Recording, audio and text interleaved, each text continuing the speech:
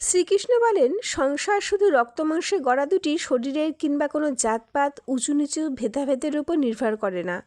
সম্পর্ক নির্ভর করে আত্মার সাথে আত্মার মিলনের তথা পারস্পরিক বিশ্বাস ও মর্যাদার উপর। চিন্তা বাদ দাও। শ্রীকৃষ্ণ বলেছেন, যা হয়েছে ভালোই হয়েছে, আর যা হচ্ছে তা ভালোই হচ্ছে। কালকে চিন্তা ধরে রাখলে আজকের শান্তিটুকু হারিয়ে ফেলবে। জীবন থেকে কোনো কিছু হারিয়ে গেলে আফসোস করতে নেই। বিধাতা কাউকে ঠকান না। হয়তো সামনে ভালো কিছু অপেক্ষা করছে। ভগবান মানুষের জন্য যা করেন ভালোর জন্যই করেন। ভগবান হলেন অক্সিজেনের মতো। তুমি তাকে দেখতে পাও না, কিন্তু জীবনের প্রতিটা ক্ষেত্রে তোমার তাকে প্রয়োজন হয়। ধৈর্য ধরুন, কর্ম করে যান। ধৈর্য মানুষকে ভালোভাবে গড়ে তোলে, সফলতা পাবার যোগ্য করবার জন্য। তাই ধৈর্য ধরুন, ভয় পাবেন না। কে বলতে পারে হঠাৎ আপনি সব পেয়ে গেলেন যা চেয়েছিলেন?